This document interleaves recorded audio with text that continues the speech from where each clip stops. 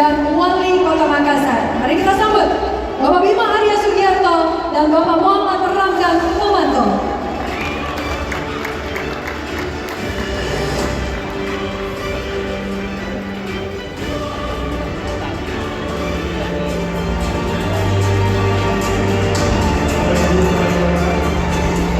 Ketika kami menghubungi, beliau masih di Tanah Suci, tapi kemudian merespon, membalas, dan walaupun kelihatannya masih agak sedikit dan batuk-batuk, bela-belain banget untuk hadir bersama-sama kita. Kita undang ke panggung Bapak Anies Baswedan.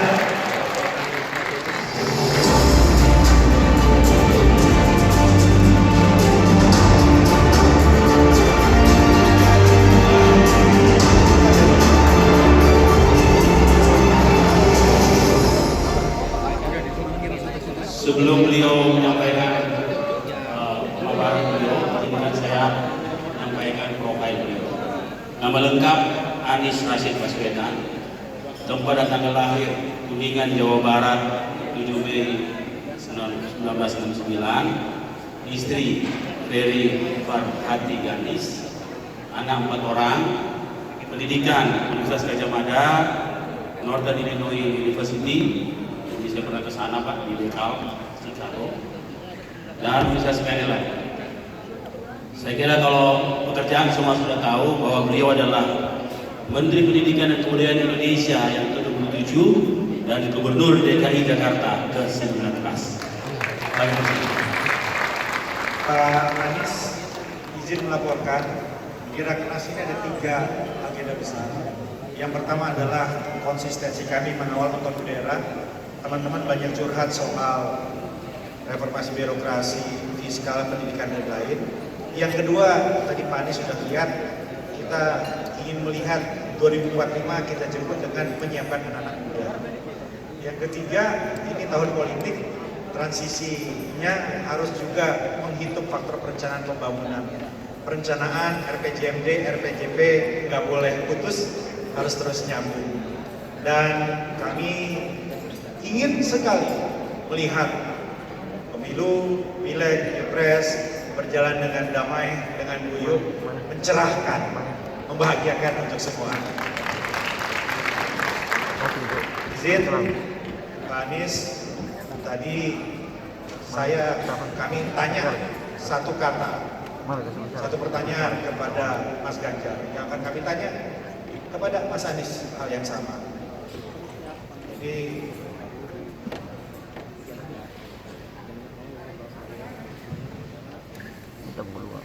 ini Mas Anies ini rektor saya Bapak Ibu sekalian dulu. Jadi Pak Anies rektor, saya dosen. Ini agak-agak grogi sedikit kali ini. Izin Pak Rektor. Saya rektor tapi yang ngalahkannya dosen. Pak Prabowo dan Pak Ganjar. Satu kata tentang Pak Prabowo, Patriot.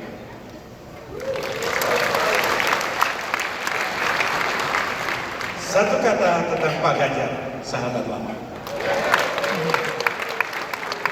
Memang nggak bohong Mas Ganjar, sama-sama bilang sahabat. Terima kasih Bapak Ibu, Bapak Anies Baswedan. Terima kasih. Pak Bima, yang saya hormati, Pak Dhani, yang saya hormati, terima kasih. Bapak Ibu sekalian, izinkan saya mulai dengan menyampaikan Assalamualaikum warahmatullahi wabarakatuh. Semoga kita semua selalu dalam keberkahan Allah. Semoga pertemuan ini, perjumpaan ini memberikan manfaat bagi semua. Izinkan saya menyebut beberapa nama yang saya hormati: Gubernur Sulawesi Selatan yang mewakili, Ketua Dewan Pengurus APEKSI, dan juga Wali Kota Makassar, para wali kota, perwakilan wali kota, para delegasi, dan seluruh peserta Rakernas yang saya muliakan. Pada kesempatan ini, izinkan kami menyampaikan terima kasih Pak Ketua atas kesempatan untuk berbagi yang menjadi gagasan. Alhamdulillah jadi bisa sampai ke tempat ini dan jumpa dengan semua. Lalu terkait dengan kota. Ini Bapak Ibu semua di sini adalah para wali kota, para pengelola kota. Jadi kalau berbicara tentang kota, saya rasa Bapak Ibu semua sudah sangat menguasai. Saya tidak ingin menggarami air laut. Ini semuanya para ahli di sini. Semua ahlinya bukan ahli teori, tapi mengerti bagaimana operasionalisasi. Jadi dalam kesempatan ini saya ingin menyampaikan yang menjadi gagasan. Bagaimana kota di depan. Apa program Jakarta pada waktu itu kami selalu sampaikan ada 3 level di dalam manajemen pengelolaan kebijakan publik. 1, gagasan diturunkan dalam bentuk narasi supaya bisa dipahami oleh semua, sehingga visi itu diketahui secara sama, simetris oleh semua. Lalu ketiga adalah eksekusi, karya. Karena itu ketika menjadi 3 kata, katanya adalah gagasan, narasi, karya. Tidak ada karya tanpa gagasan, tidak ada karya tanpa narasi. Sehingga apapun yang dilakukan bisa dicari asal-muasalnya dan dicari penjelasannya. Nah, itu yang kami sampaikan di sini adalah beberapa hal terkait dengan gagasan. Karena itu sekalian, kalau boleh tunjukkan next slide. Ini gagasan awal yang kami bawa sama-sama di dalam rencana Indonesia ke depan. Ini peta Indonesia, potret Indonesia di malam hari. Apa yang menarik Bapak Ibu sekalian di sini? Ini potret Indonesia di malam hari. Tapi sebenarnya yang lebih menarik di potret ini, saya rasa layarnya ada banyak. Ini adalah potret kota-kota di Indonesia. Nah, ketika lihat kota-kota di Indonesia, sekalian, inilah wajah ketimpangan yang ada.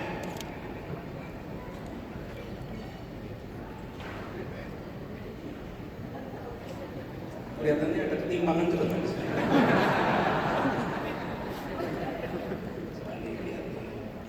Jadi kalau Bapak Ibu perhatikan, ternyata ketimpangan pengetahuan pengelolanya. Kalau Bapak Ibu perhatikan di sini, oh tidak sampai rupanya. Oke, lihat saja. Lampu ini menggambarkan kota di Indonesia. Ketika kita lihat kota-kota ini, sekalian, di Jawa paling terang itu Jakarta, Surabaya. Begitu masuk Sumatera, titik-titik kecil. Kalimantan, titik-titik kecil. Ini yang paling lebih ramai itu di Sarawak. Ini Malaysia. Sampai di kawasan timur gelap. Saya tidak menggunakan statistik, Bapak sekalian. Tidak pakai statistik nih. Layarnya yang TV warnanya lebih jelas. Di sini terlihat bahwa kota-kota memiliki kontribusi yang relatif setara. Dari situ lihat kemudian Korea Selatan apalagi, Seoul tentu saja paling kuat. Nah, jadi visi yang kita ingin tawarkan ke depan, kita ingin di malam hari seluruh kota di Republik Indonesia terlihat menyala terang. Itu kira-kira. Menyala terang itu. Jadi jangan sampai kota-kota itu gelap. Kalau gelap itu perekonomian yang rendah, kontribusi rendah, dan tentu saja PLN harus nyiapin supply ya. Barangkali pas dikontrak pas biar juga. Kan Bapak Ibu rutin mengalami masalah itu. Bapak Ibu sekalian, Indonesia adalah sebuah negara yang dikenal sebagai negara agraris dan maritim.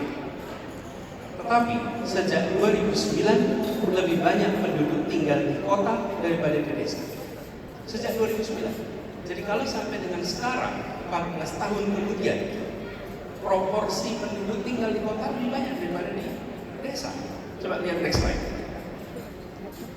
Urbanisasi ini adalah inevitable, tidak bisa dihindari. Urbanisasi normal dan terjadi di dunia. Diperkirakan dari visinya Pak Ketua 2045, tahun 2045 itu 70% penduduk Indonesia akan tinggal di perkotaan. Harus antisipasi dari sekarang. Sekarang 57. Bila kita biarkan tanpa perencanaan yang serius secara kolektif, nanti kita mengulangi masalah yang di Jakarta. Kemudian yang kedua, kita saksikan bahwa di perkotaan ini kontribusi dari penambahan penduduk perkotaan itu setiap 1% penambahan persen.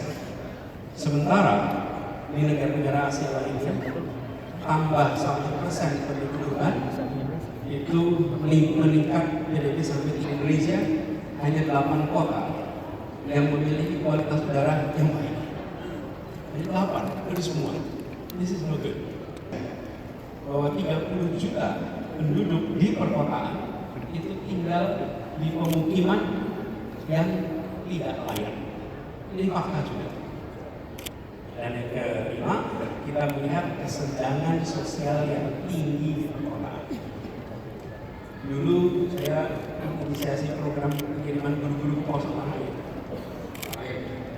Di pelosok-pelosok di Sulawesi ada, di Nusa Tenggara, di mana-mana. Kan adanya ketimpangan itu. Lalu ketika saya mendapatkan tugas menjadi calon gubernur, saya berkeliling Jakarta. Seperti juga Bapak Ibu kalau pilkada harus keliling. Pada saat keliling itu, saya justru menemukan bahwa kemiskinan ekstrim itu adanya tidak di pelosok yang jauh sana, tapi kemiskinan ekstrim itu adanya justru di pusat pemerintahan, di pusat negara kita di Jakarta. Yang ekstrim miskin di situ, yang ekstrim kaya juga di situ. Jadi ketimpangan di kota-kota kita itu ketimpangan yang harus dibereskan agak awal. Nah, kami melihat permasalahannya ada pada pertumbuhan yang tidak berkeadilan. Saya menggunakan contoh Jakarta, Bapak Ibu sekalian, bukan Bapak. Jakarta ini, Ibu sekalian, kalau kita lihat tata ruangnya itu berkembang tanpa dikendalikan dengan sebuah visi tentang pergerakan penduduk. Ini wajah Jakarta sejak tahun 72 sampai 2012. Sekarang lebih luas lagi di luar Jakarta. Kalau dalam Jakarta ya dapat berubah.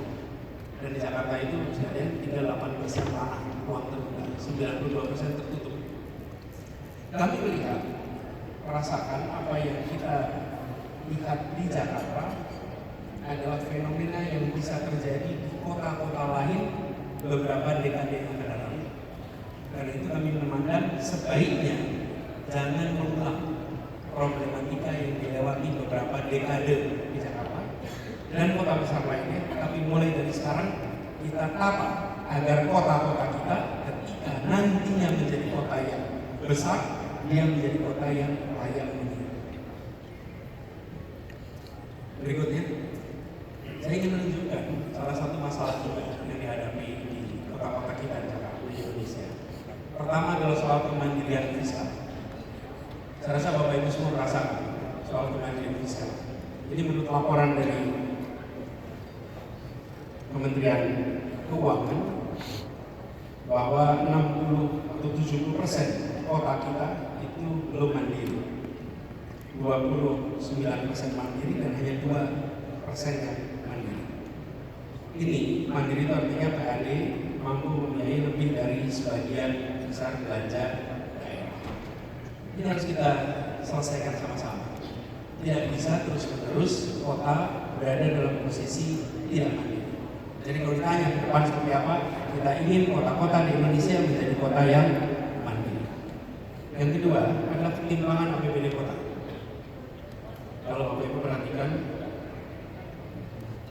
Jakarta ini APBD-nya 77 triliun. Kota kedua besar Surabaya 9,5. Lalu Semarang 2,4, lalu turun semua.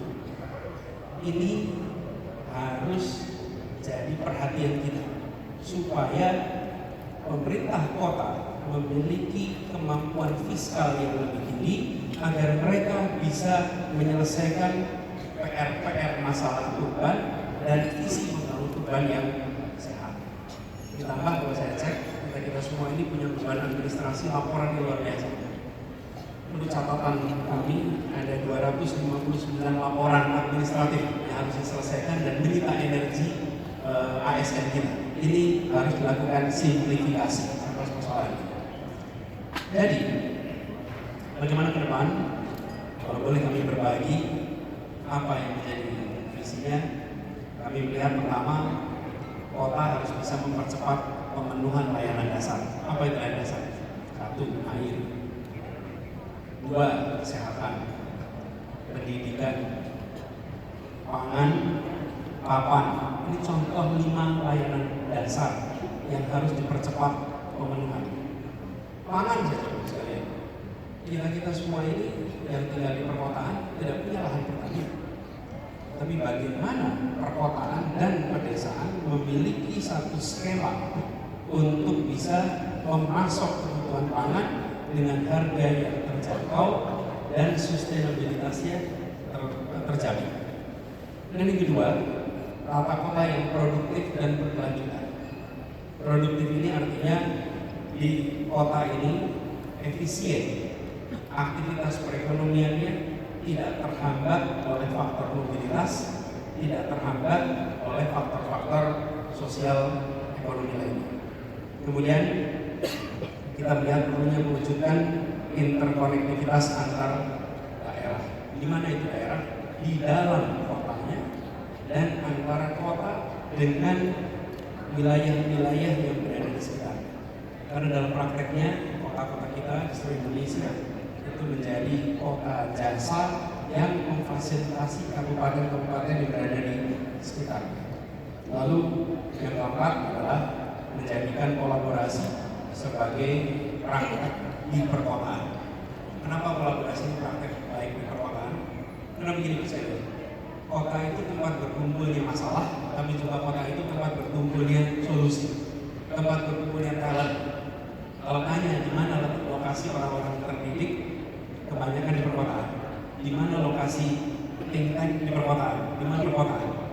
Nah, sayang kalau mengelola kota itu hanya dikerjakan oleh pemerintah kota saja. Bila tidak memanfaatkan institusi-institusi ini. Sama perguruan tinggi, di mana lokasinya? Di perkotaan. Karena itulah kolaborasi kami mandang sebagai kewajaran kami. Ini tadi kami dengan catatan. Karena kita perhatikan salah satu pendidikan, salah satu faktor yang membuat kawasan perkotaan itu bergerak lebih cepat adalah ketika kualitas pendidikan dan kualitas manusia di daerah itu makin hari makin baik. Ini salah satu indikator saja.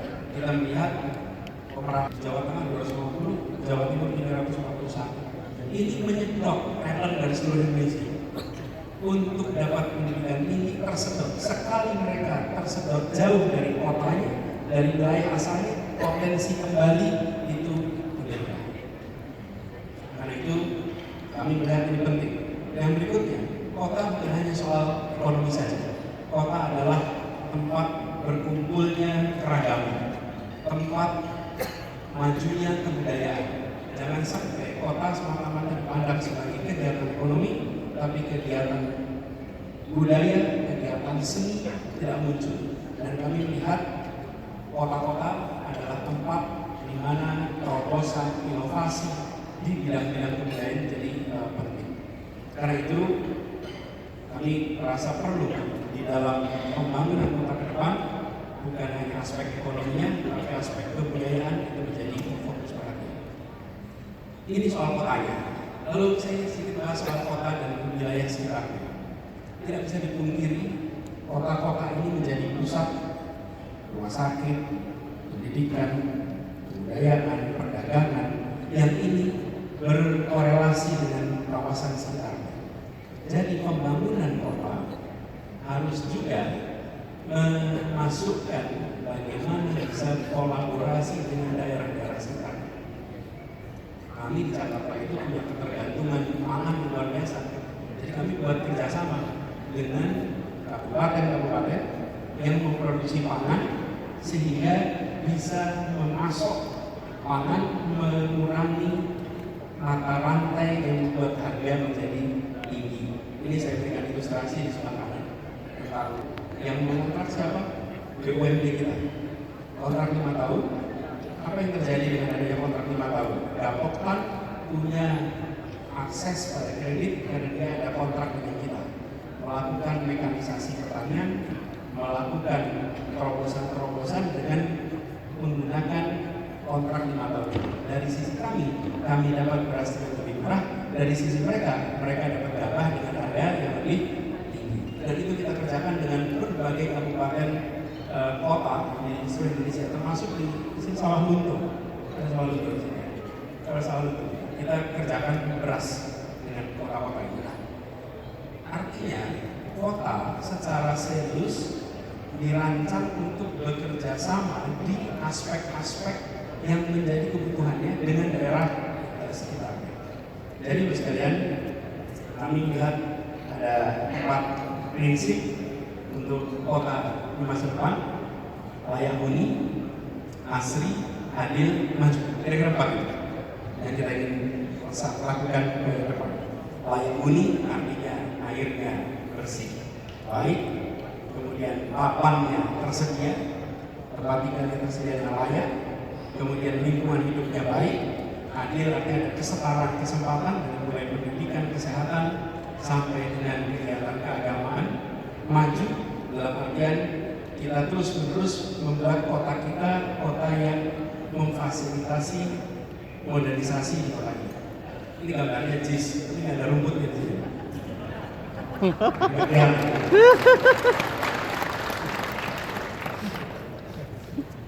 Nah, untuk itu semua kami melihat ada 6 rute untuk sana. Akselerasi yang saya katakan, yang kedua transportasi umum sebagai moda utama, yang ketiga pemerataan perguruan tinggi, yang keempat relasi urban dan rural yang saling menguatkan, yang kelima minimalisasi beban administrasi laporan dari Pemda, yang keenam pemerintah pusat harus menjadi mempercepat kolaborasi antar daerah. Ini 6 hal yang kami rasa perlu kita kerjakan untuk kota-kota Indonesia di masa yang akan datang. Sebagai catatan saja yang terkait dengan transportasi umum, Bapak sekalian, ini perlu secara serius dipikirkan dari sekarang, jangan sampai seperti Jakarta. Kami di Jakarta berpuluh tahun menggunakan pendekatan namanya car oriented development, pembangunan berbasis mobil atau berbasis kendaraan darat. Ke depan kota-kota harus membangun berdasarkan transit oriented development, berdasarkan kendaraan umum. Apa implikasi itu? Contoh, kami di Jakarta ini kalau mengizinkan bangunan itu boleh dibuat tinggi kalau jalannya lebar. Makin lebar jalannya, makin tinggi izin bangunannya. Makin sempit jalannya, makin pendek bangunan. Kira-kira prinsipnya seperti ini. Jadi kalau jalannya seperti Gatot Subroto atau Jenderal Sudirman, gedungnya menjadi tinggi-tinggi karena jalannya lebar. Ini transit oriented. Ini car oriented. Apa yang terjadi dengan konsep itu? Kita siapkan jalur-jalur keluar kota. Lalu yang muncul problem apa? Kita tidak bisa membangun bangunan yang tinggi. Karena bangunan yang tinggi adalah di pinggir jalan, dan bangunan di pinggir jalan harganya mahal. Apa yang terjadi kemudian? Penduduk kota itu bergeser keluar, mencari tanah yang lebih murah, mencari rumah yang lebih terjangkau.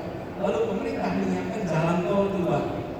Jadi masuk keluar kotanya dimulai dari tata ruang yang berdasarkan pada jalan, memaksa penduduk pindah keluar supaya harganya terjangkau. Pemerintah menyiapkan jalanan untuk mereka masuk menggunakan mobil. Efeknya kemacetan luar biasa. Ke depan, alhamdulillah Jakarta sudah diubah peraturan RDTR sudah diluluskan persis beberapa bulan sebelum saya selesai tugas, macam prosesnya tahun 2022 kemarin. Sekarang menjadi transit oriented. Apa artinya? Bila di situ ada stasiun, maka 8 800 meter radius dari stasiun atau dari terminal, maka di situ bisa bangun bangunan yang tinggi. KLB-nya itu sampai 12. Dan bila kemudian 1,2 km, KLB-nya lebih rendah, tapi cukup tinggi. Konsekuensinya apa?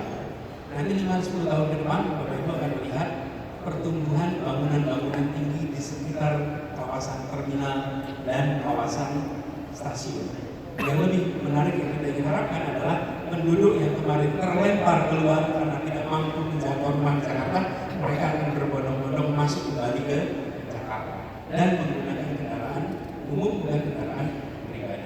Jadi kami melihat problematika ini jangan sampai berulang di kota-kota besar atau menuju besar lain di seluruh Indonesia. Terakhir, nah, untuk melakukan perubahan itu Bapak sekalian, kami inginnya kolaboratif. Kami tidak ingin mengerjakan itu sendirian. Jadi kami merasa sudah cukup pendekatan orang pusat mengatakan 1, 2, 3, 4, 5 lalu daerah mengerjakan. Tidak harus ya. Yang tahu saya dari itu semua. Dan tidak mungkin kebijakan itu simetrik. Tidak mungkin. Tidak mungkin kebijakan simetrik di semua tempat sama. Impossible. Setiap tempat memiliki kekhasan yang perlu solusi yang berbeda. Karena itu saya mengajak kepada Apeksi ini Pak Bima untuk nyusun sama-sama, itu visinya tadi. Tapi untuk melaksanakan visinya, yuk kita kerja bareng-bareng di sini. Visinya bersama dulu, tadi yang saya sampaikan. Beberapa poin tadi. 1, kota yang layak huni, tidak usah balik, dari fokus itu. Layak huni, asri, adil, maju, itu yang paling penting. Untuk itu, saya minta kepada Bapak sekalian, bantu kami rumuskan apa hal yang harus diteruskan dari kebijakan sekarang. Yang kedua, apa yang harus dikoreksi dari kebijakan sekarang. Yang ketiga, apa yang harus dihentikan dari kebijakan yang ada sekarang. Dan yang keempat, apa hal baru yang harus kita buat sama-sama supaya visi itu bisa tercapai. Jadi kami tidak ingin model top down lagi. Dan senang Republik ini dibangun dengan semangat gotong royong. Dan kita sudah saatnya meneruskan pembangunan ke depan dengan semangat gotong royong juga. Dan kita akan ketemu begitu sampai yang harus diteruskan. Unsurnya apa? 5 hal. Unsurnya regulasi, undang-undang apa yang harus menyesuaikan, PP apa yang harus menyesuaikan, keputusan menteri A, B, C, D, E, F, G apa yang harus menyesuaikan. Kemudian juga keputusan dari Kementerian Dalam Negeri apa yang harus melakukan penyesuaian untuk melakukan ini semua. Tidak bisa yang tahu hanya Jakarta, justru yang berada di daerah sering lebih tahu. Lalu yang ketiga Pak, lapis ketiga nih Pak, pro kontra. Stakeholder mana yang akan kita setuju, stakeholder mana yang akan setuju atas 4 hal yang akan dikerjakan ini. 4 hal ini. Jadi kami berharap dari forum ini, 1, kami tawarkan apa visi depan, gagasan narasi karya yang kami sampaikan. Tapi kita ini bekerja bersama untuk mewujudkan dalam pelaksanaannya ke depan. Jadi terakhir kami berharap membangun kota ini berarti menghidupkan warga, mengelevasi desa, dan memajukan negara. Dan kami berharap potensi perkotaan itu dikembangkan secara merata. Jangan hanya kota di Jakarta atau kota di Jawa saja yang terlihat terang di malam hari. Dan kita membutuhkan kolaborasi bersama. Itu dari kami. Terima kasih. Assalamualaikum warahmatullahi wabarakatuh.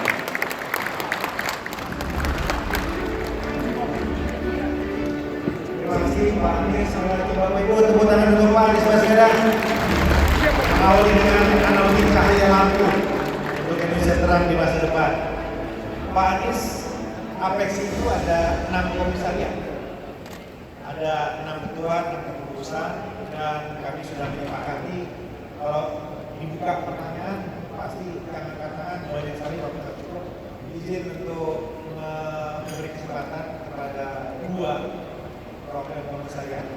Pada ini kita berikan 2. Yang pertama dari komisariat 2 yang paling ceria, yang paling suka bernyanyi. Wali Kota Lubuk Linggau, kami persilakan. Terima kasih. Assalamualaikum warahmatullahi wabarakatuh. Pembentukan daerah baru, Pak Anies, banyak keinginan untuk membentuk wilayah-wilayah baru, tapi kan ada moratorium. Jadi apakah kalau ada takdirnya Pak Anies memimpin, apakah akan membuka moratorium itu atau bagaimana? Ya. Terima kasih. Untuk berikutnya dari Komisariat 4 kami persilakan Wali Kota Mojokerto. Izin Pak Anies, saya mewakili rekan-rekan Wali Kota Komwil 4, ada 13 kota dari Jawa Timur, Bali, dan Nusa Tenggara.